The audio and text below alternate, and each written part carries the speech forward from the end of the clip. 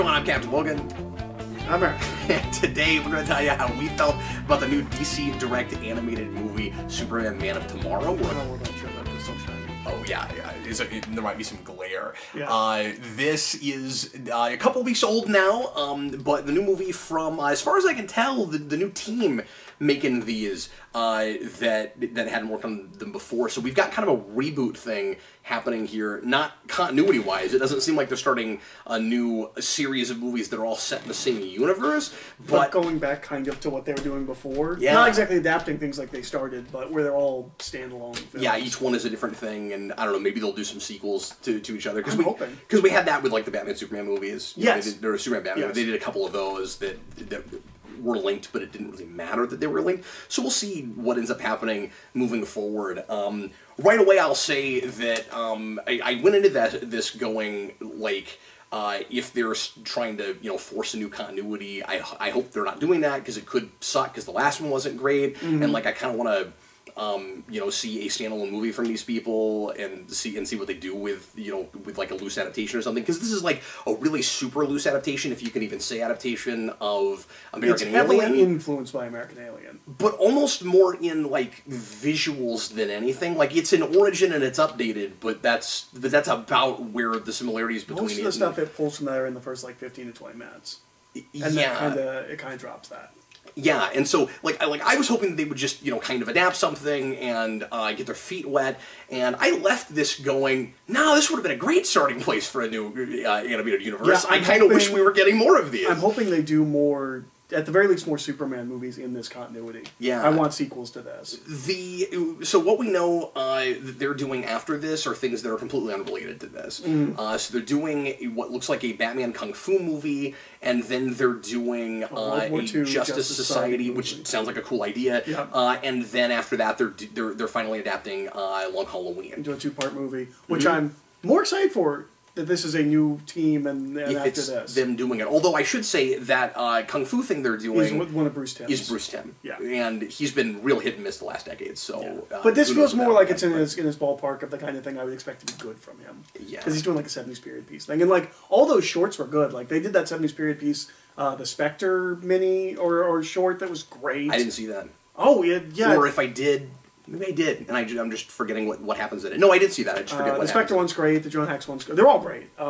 Yeah. At least of that initial batch. I didn't love that Catwoman movie. The Green one was the Green Arrow one. I like the Green Arrow one a lot.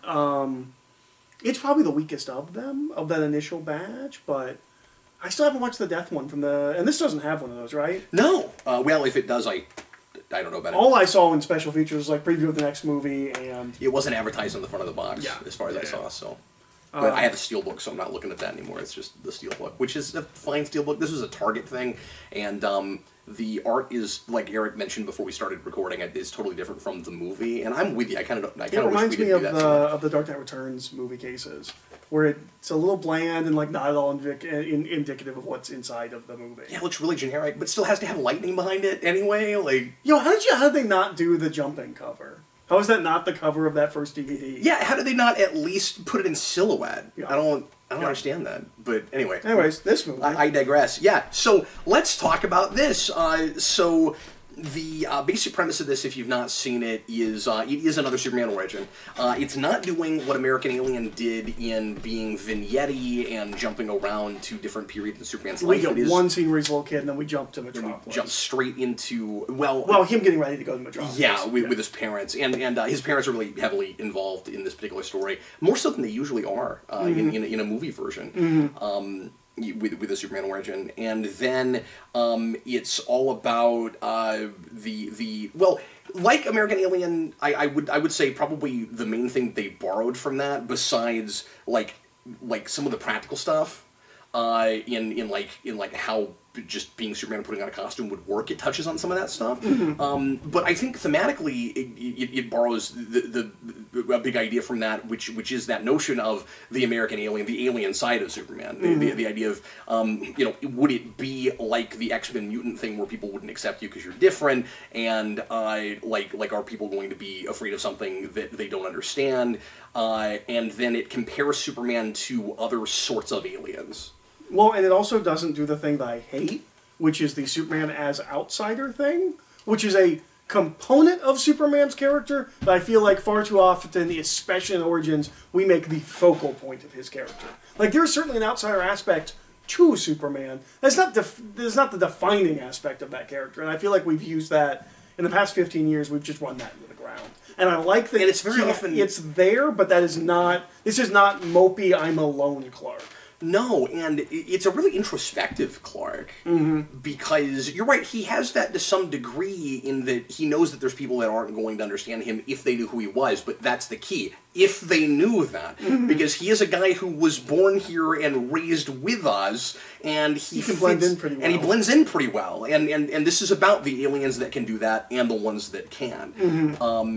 Anyway, so that's mainly what it's about, and it's got a good, interesting, relationship with him and Lois, which is not exactly how I've seen it played before, and there's some really nice tete-a-tete with them. It's the most thematically interesting take on Parasite I've seen. Same here, yeah, and that was fun, not to get too ahead of myself, but that was fun because I didn't have any idea thematically what we were doing with that character until the very end. Yeah. Like, I had to see the whole movie before I was like, how does he even fit in? What does that have to do with anything? Yeah. Not just thematically interesting, but also the way we play with Parasite's powers in this is really cool. I've not seen the takes the memories thing. I'm not saying that's never been a component, because I feel like he gets rebooted every time he shows up, but yeah, that's not what I'm immediately familiar with. We make him we make him like a combination of Spock and like X-Men 90s Rogue, where like he absorbs the memories. He can absorb your powers for a lengthy period of time, and he also takes your memories, but he not also just your gives memories, some of his memories, your feelings as well. Yes. Just like a mind melt, like he's affected by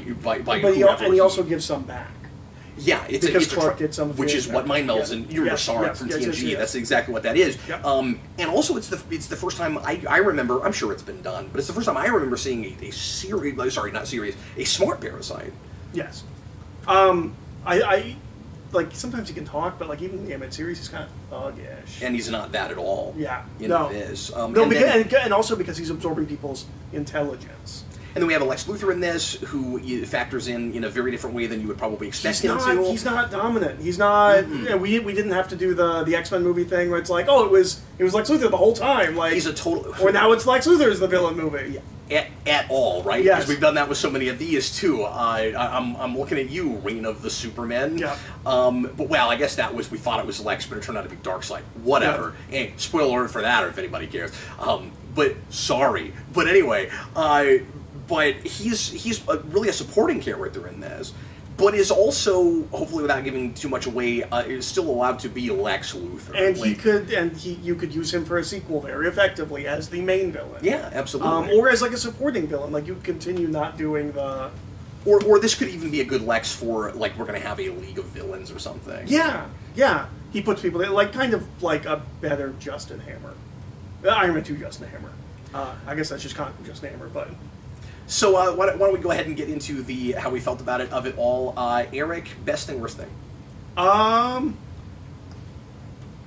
Worst thing is Quinto.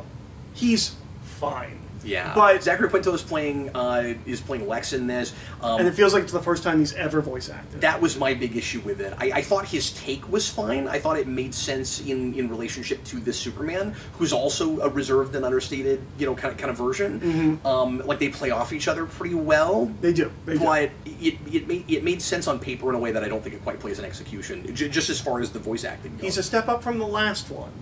But that's not saying anything, because that was maybe the worst Lex Luthor I've seen. Because that was a joke, yes. And this is not. But yeah, and it's not that everyone else around him is amazing. I'm always aware he's voice acting. Yes. And so it's just a step down from everything around him.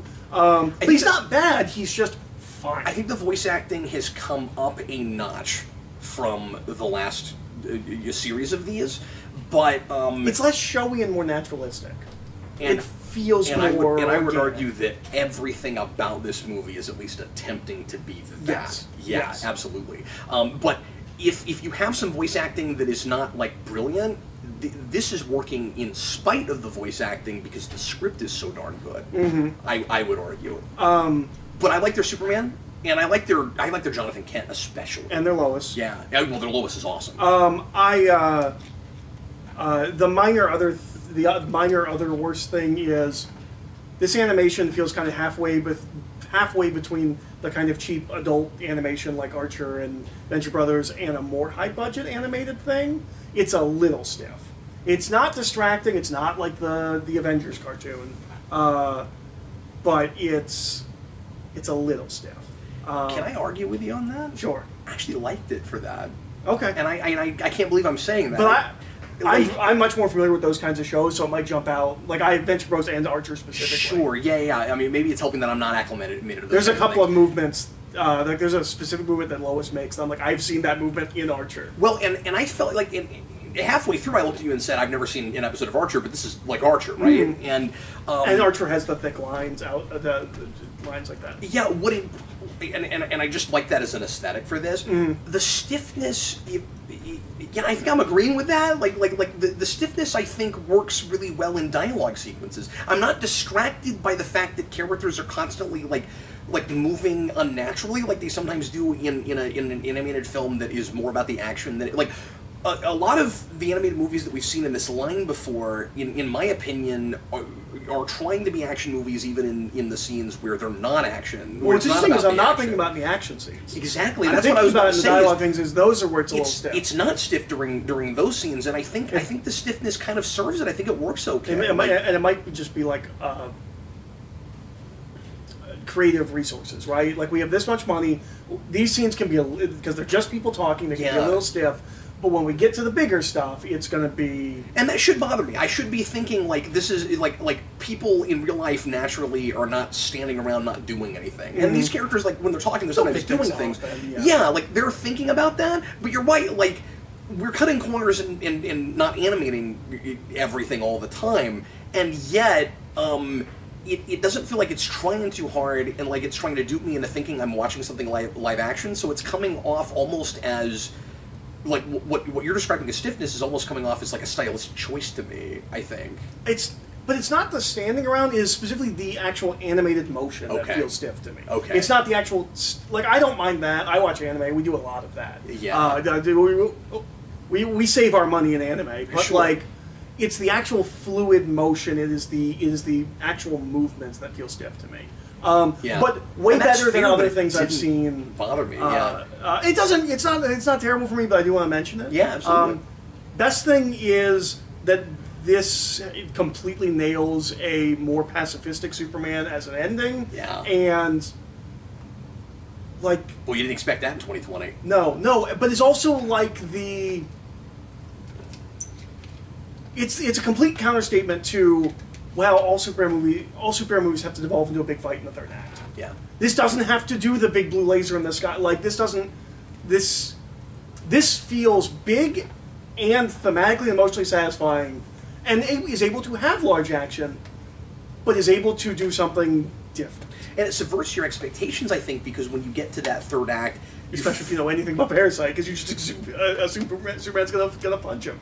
Well, that's what I was going to say, is you feel like it's degenerating into just a big monster fight. And it's much more interesting than that. And I mean, I turned to you, I had reservations about that. I was like, oh no, is it just going to turn into your typical third act of a superhero movie where, you know, punch, He's gonna fight a big monster. And then we talk about what it all means. And yeah, we do talk about what it all means, but we do it as the thing that solves the problem. Yes. And that is Superman. That's classic Superman. This is simultaneously updating a Superman origin for now. It feels modern. It feels adult. It feels sophisticated. It feels sophisticated. It's adult with a lowercase and an uppercase A. It does not like a lot of like straight up raunchy comedy, but like there's language in this. But I still feel like it's more family friendly than most of the MCU movies. Oh, like, would you go that far? I don't know. With I feel like we swear more and have more sexual innuendo in this doesn't go MCU movie. This doesn't go any farther than Guardians ever does. I feel like it goes much less farther than Guardians. Yeah. So there is that, but when it does that, for the most part, I think it plays. There's one thing Lobo says toward the end that didn't play for me, but other than that, like no, and Lobo's really funny. Yeah. And he's not overused. He's not overwhelming. No, we both said going into this, like, I hope it's good, and like by the time we were at the end, we were like, oh, this should have been Man of Steel. Like not like Man of Steel should have been like this. Like, you had 10-20 minutes of like maybe some extra character stuff, and also I thought the city being cynical kind of came out of nowhere at the end. Maybe you had a little bit of that, but like. You get this up to 90, 100 minutes. This is a theatrical live-action movie. Well, a script is good enough to be a theatrical live-action movie. With zero changes except for, as you said, maybe an addition of a scene or two. Yeah. But, like, what is here needs to be changed not at all. Yes. You can take this never said that about one of these. I mean, that's crazy. And at 85 minutes, it feels full. It doesn't feel light. It doesn't... Like, we were talking about, oh, man, this pacing is really good. Is it all just going to come crashing down the third act? And I'll go ahead and say my best thing is pacing. Yeah. It's amazing. Like, I get into a time vortex in this. I have no idea how much time has passed. It feels slower, while at the same time it feels like so much happens in this movie. Yeah, absolutely. And it's slow in the right way. One thing I noticed that I was really surprised I was enjoying, did you notice the lack of soundtrack? I mean, there's like no music in this movie. That's not a thing I noticed. There's some. Wow, it's really bombastic in the credits. Yeah. I was like, man, I didn't notice this bombastic It's real music. sinister in the credits, and I'm like, well, who's the sinister theme for? Parasite? Like, I wasn't really sure what that was about. I don't think that matched the film great. It's not a great score, but I think it's a movie that almost doesn't want a score, and it's really effective in its action scenes in letting the music lay out or be very minimalistic. I mean, there's a really long action scene with Lobo, and I would, this is not necessarily my worst thing. I think that scene goes on a little too long. But when he first shows up, but it's also the big first appearance to everybody. Like that scene needs to be big. We are introducing, and I think on a second viewing it probably watches better because I didn't totally understand just how much this is the world's introduction to super people. Yeah, exactly. Now, one thing I will complain about is that everyone kind of ignores that they've just met other aliens. Specifically Martian Manhunter. Yeah. But anyway, yeah, it's not an action movie. No! It's a movie that has action in it. And that's why I kind of liked the... and it's got your traditional, superhero structure, but it keeps surprising me with that because it's willing to go to the character-driven, sophisticated places that a thing like this very rarely goes. And it feels like with actual big-budget superhero movies, we have to make them action movies, or like Joker, where like it is not an action. There is no action. Yeah, very. Whereas this is. Like, this feels like a really good case. Like, no, you can make other kinds of superhero movies that don't have to be zero-budget, super dry, or high-budget, hyper-action. And I don't think this is dry. No. But there are scenes where it's got certainly, like, a dry wit about it. Mm-hmm. You know what I mean? Almost like almost like a West Wing kind of thing in places. Like... I've never seen that. I guess it's not.